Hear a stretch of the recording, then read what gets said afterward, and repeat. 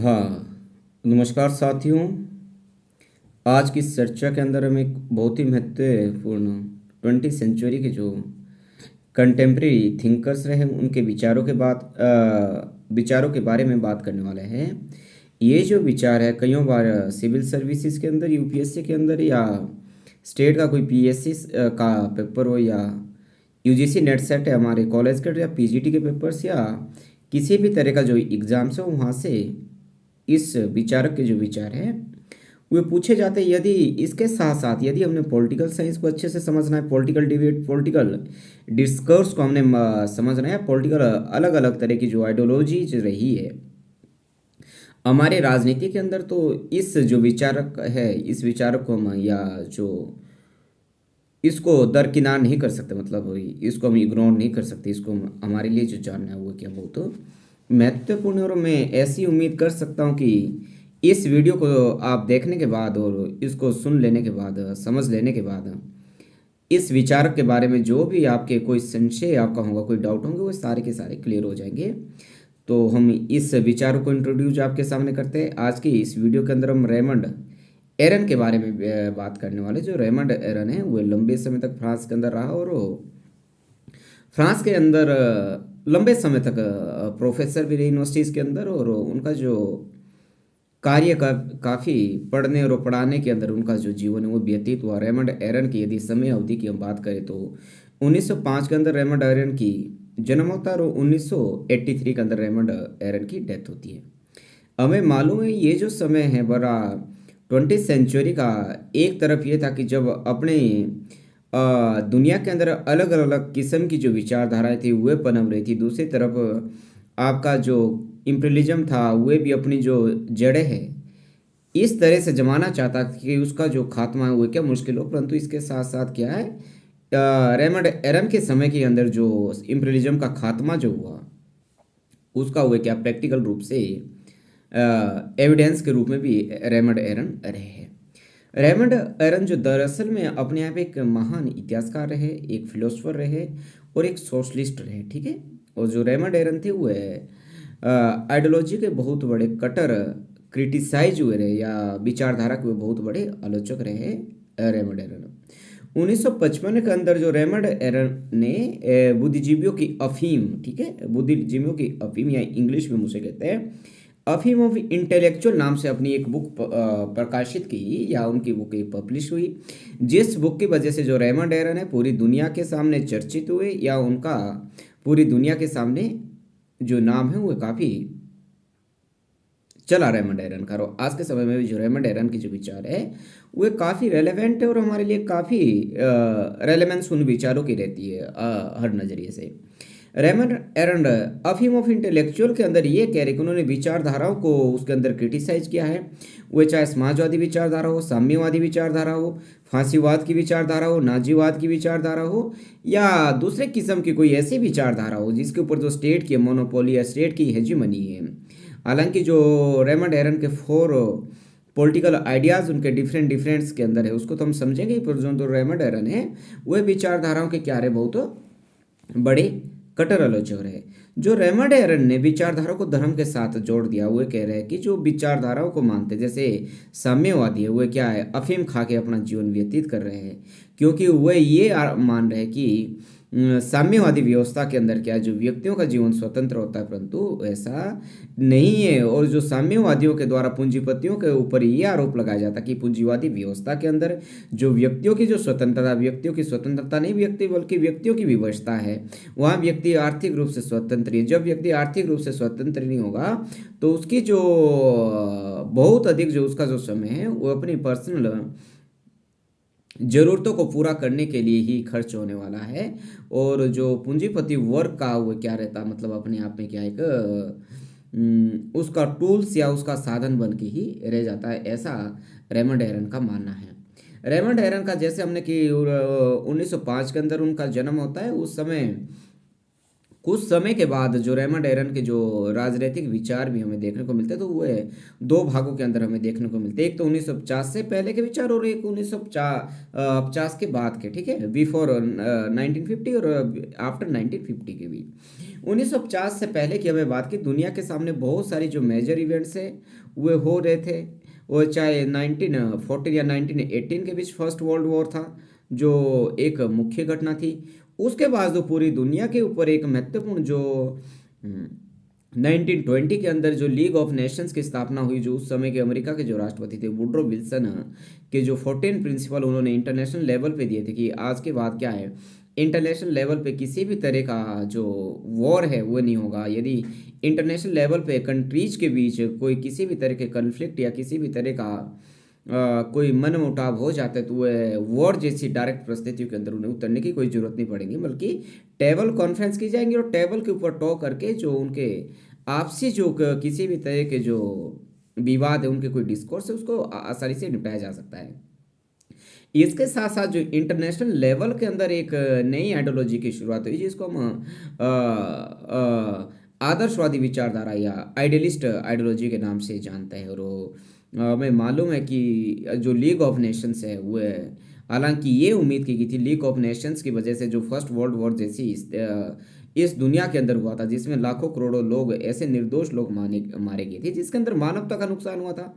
परंतु इससे पहले भी 1920 से पहले या 1918 से पहले दुनिया के सामने दो मेजर इवेंट्स हुए, जिसका जिक्र जो रेमंड एरन कर रहा है कि 1917 के अंदर एक तो रशिया के अंदर लेनिन के नेतृत्व में साम्यवादी क्रांति हुई, जो कार्ल मार्क्स के विचारों पर आधारित थी, जो राज्य की जो अर्थव्यवस्था समाजवादी अर्थव्यवस्था की बात करती थी, राज्य की जो इकोनॉमी पूरी तरह से स्टेट के कंट्रोल में होगी। और दूसरा 1917 के अंदर क्या है, जो यूएसए से था, यूनाइटेड स्टेट्स ऑफ जो अमेरिका था, वो फर्स्ट वर्ल्ड के वॉर के अंदर क्या है, इंक्लूड मतलब शामिल हुए हो गया था। उससे पहले उसने जो अपने अलगाववाद की जो नीति उसने अमेरिका के द्वारा लंबे समय तक उसकी जो नीति है उस नीति पे वो काम कर रहा था।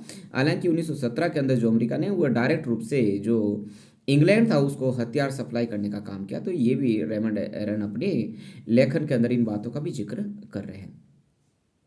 1939 के अंदर क्या है, सेकेंड वर्ल्ड वॉर शुरू हो जाता है। सेकेंड वर्ल्ड वॉर के अंदर भी क्या है, करोड़ों लोगों की मृत्यु होती है। ये 6 साल तक चलता है। 1945 के अंदर क्या है, सेकेंड वर्ल्ड वॉर खत्म होता है। सेकेंड वर्ल्ड वॉर खत्म होने के बाद फिर से ये उम्मीद की जाती है कि इंटरनेशनल लेवल पे आगे से अब किसी भी तरह का वॉर ना हो, ऐसी परिस्थिति ना बने। इसलिए जो मानव के जो माइंडसेट को वो तैयार करना, या इंटरनेशनल लेवल पे कोई ऐसा कोऑपरेटिव ऑर्गेनाइजेशन बने, जिस कोऑपरेटिव ऑर्गेनाइजेशन की वजह से क्या है, इंटरनेशनल लेवल पे जो वॉर जैसी परिस्थिति है वह नहीं बने, बल्कि इंटरनेशनल लेवल पे डिस्कशन हो। डिबेट डिस्कशन के माध्यम से क्या है, या पूरी दुनिया के अंदर सेकेंड वर्ल्ड वॉर तो इस शर्त पे भी लड़ा गया था। ये खास बात, बड़ी दिलचस्प बात ये कि जो साम्यवादी विचारधारा या पूंजीवादी विचारधाराएं हैं, जो एक दूसरे की कट्टर विचारधाराएं रही है, जो 1945 के बाद कोल्ड वॉर भी चला, ये भी जो सेकेंड वर्ल्ड वॉर के अंदर चाहे नाजी और हिटलर का नाजीवाद और फांसीवाद के खिलाफ एक साथ लड़े थे। क्योंकि जो नाजीवाद और जो फांसीवाद है वो लोकतंत्र के कट्टर आलोचक रहे, और वे एक घोर राष्ट्र राज्य की बात करते थे, और एक नस्ल के आधार पर लोगों को उन्होंने यूनाइट करने का कोशिश किया। और यहूदियों को किया तो उन्होंने बहुत अधिक मात्रा में उन्होंने मारने का काम किया था। मतलब बहुत अधिक यहूदियों को तो उन्होंने चुन चुन के उनके मन के अंदर यहूदियों के प्रति तो एक मतलब एक कट्टर घृणा या हैट्रेड उनके मन में थी। तो उसके खात्मा के लिए अमेरिका भी और जो सोवियत संघ है, जो मार्क्सवाद के विचारों पे या समाजवाद के विचारों पे आधारित था, उस समय वहाँ का जो नेता स्टालिन था, वह एक साथ क्या है, नाजीवाद और फांसीवाद के खिलाफ लड़ रहे थे। 1945 के अंदर जब सेकेंड वर्ल्ड खत्म होता है, सेकेंड वर्ल्ड खत्म होने पे क्या है, अमेरिका ने पहली बार और अंतिम बार क्या है, परमाणु बम को टेस्ट किया। और जापान के जो दो शहर है हिरोशिमा और नागासाकी पे 6 अगस्त और 9 अगस्त 1945 को ये बम एक्सरसाइज की गई, और जिससे कि भारी मानव जाति को नुकसान हुआ, जिसके जो आज भी जो उसके इम्पैक्ट है वो है उनके मतलब पीढ़ी दर पीढ़ी या जनरेशन वाइज जनरेशन आज भी देखने को मिलते हैं। 1945 के अंदर फिर से एक उम्मीद की गई कि इंटरनेशनल लेवल पे वॉर न हो, इसलिए यूएनओ की जो स्थापना की गई। भारत भी उसका एक फाउंडर मेंबर रहा। हालांकि ये सारी बातें हम जब इंडिया की फॉरेन पॉलिसी को डिस्कस करेंगे उस समय हम ये बातें बहुत बेहतर तरीके से, या जब इंटरनेशनल पॉलिटिक्स का हमारा सब्जेक्ट चलेगा, हमारी सीरीज चलेगी, उस समय हम बहुत आसानी से इन बातों को समझने वाले हैं। और 1945 के बाद जैसे फर्स्ट वर्ल्ड और सेकेंड वर्ल्ड वॉर खत्म होता है, दुनिया के सामने दो ध्रुव पैदा हो गए थे। एक पूंजीवादी गुट था जिसका नेतृत्व अमेरिका के द्वारा किया जा रहा था, और एक समाजवादी गुट था जिसका जो नेतृत्व है वो सोवियत संघ के द्वारा किया जा रहा था। ये जो विचारधारा है 1945 के बाद पूरी दुनिया के सामने कोल्ड वॉर शुरू होता है। और कोल्ड वॉर का मतलब होता है आमने सामने तो नहीं, परंतु आमने सामने का युद्ध कभी भी हो सकता है। जो ऐसा डर है वो हमेशा से ही बना रहता है। 1949 के अंदर सोवियत संघ ने भी क्या परमाणु बम टेस्ट कर लिया था।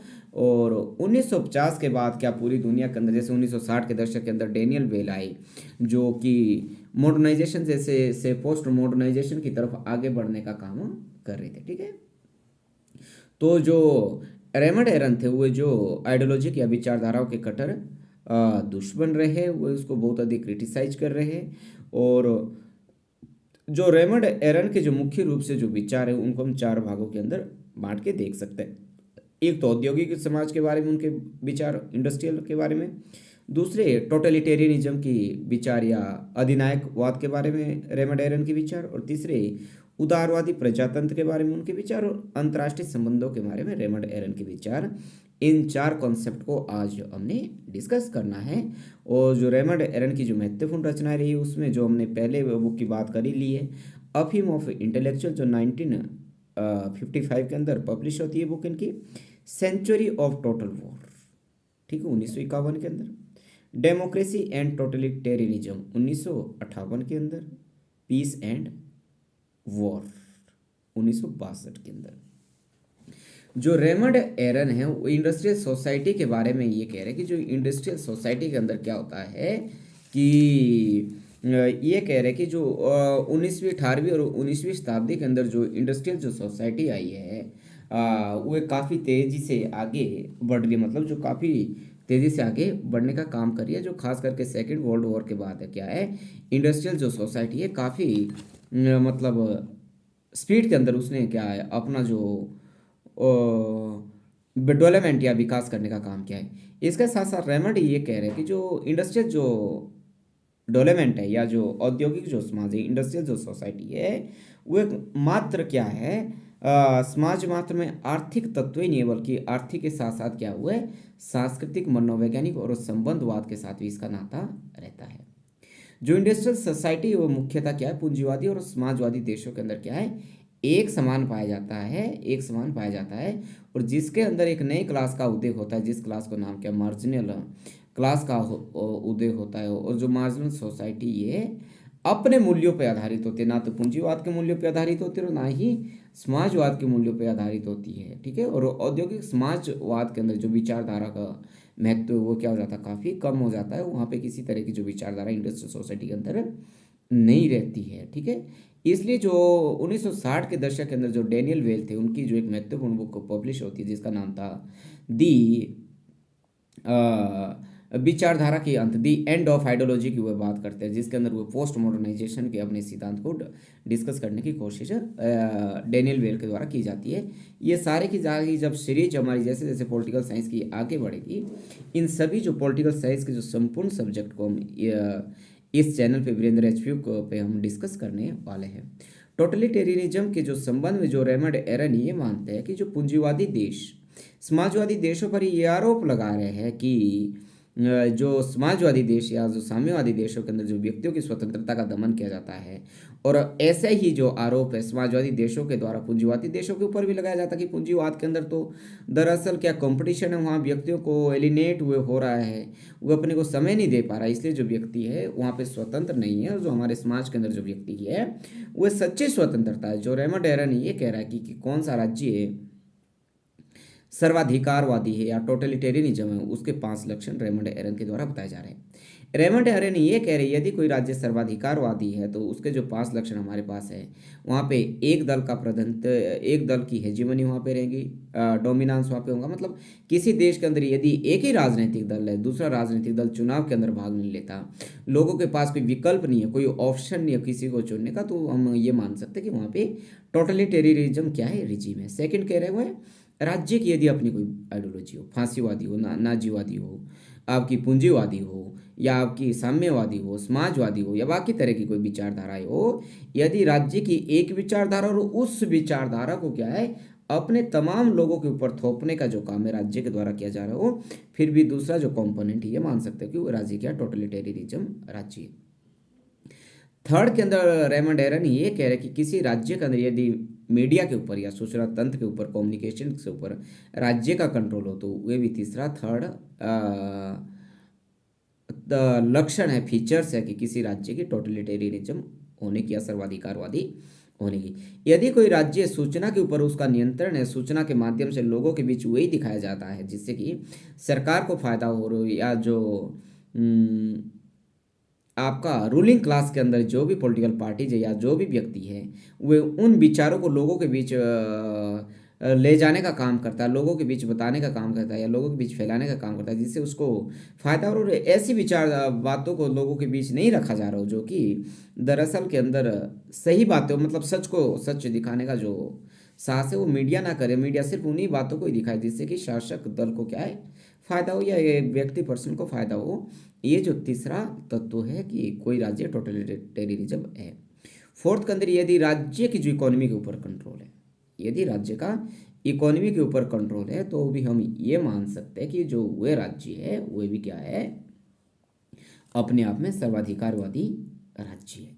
ठीक है, ये कह रहे हैं। जो जो फिफ्थ के अंदर कह रही है यदि वैचारिक आतंक है, ठीक है, यदि वैचारिक आतंक, यदि किसी राज्य के अंदर विचारधारा के नाम पे लोगों का वध किया जा रहा है, जैसे जर्मनी और इटली के अंदर फांसीवाद और नाजीवाद के तहत लोगों को मोबिलाइज किया गया था और एक विचारधारा के प्रति घृणा फैलाने की या काम किया गया था, एक ही विचारधारा को सुप्रीम ठहराने का, विचारधारा को एक ही विचारधारा को प्रसारित करने का काम किया था, वह भी जो पांचवा लक्षण रेमंड एरन के द्वारा बताया जा रहा है। इसके साथ साथ जो रेमंड एरन के जो समकालीन जो मित्र थे जिनका नाम मिल्टन फ्रीडमैन था, मिल्टन फ्रीडमैन ने अपनी बुक कैपिटलिज्म एंड फ्रीडम के अंदर तो यहाँ तक कहा कि जो पूंजीवाद है वो आज़ादी की पहली शर्त है। वो क्या कैपिटलिज्म को बहुत अधिक सपोर्ट कर रहे हैं, पूंजीवाद को बहुत अधिक सपोर्ट कर रहे हैं, परंतु जो मिल्टन फ्रीडमैन थे उन्होंने अपनी बुक कैपिटलिज्म एंड फ्रीडम के अंदर क्या जो चाइना और भारत का क्या है, एशिया तथा या चीन का उन्होंने विरोध अपनी बुक के अंदर किया था। अब जो तीसरा कॉन्सेप्ट जो रेमंड एरन का है लिबरल डेमोक्रेसी की, यदि हम बात करें, लिबरल डेमोक्रेसी के जो रेमंड एरन है वो कट्टर समर्थक थे या अंध समर्थक थे। ठीक है, वो इसे सर्वोच्च समझते थे, किसी भी देश की जो शासन प्रणाली उसको क्या हुआ बेहतर मानते थे, और वो लोकतंत्र के क्या है लोकतंत्र, और ये कहते हैं कि लोकतंत्र और जो इंडस्ट्री के कारण, प्रौद्योगिकी के कारण जो साम्यवादी देश है वो भी क्या है उदार बन जाएंगी, और उसके बाद क्या है जो पूरी दुनिया है एक जैसी हो जाएंगी, ऐसा क्या रेमंड एरन का मानना रहा है।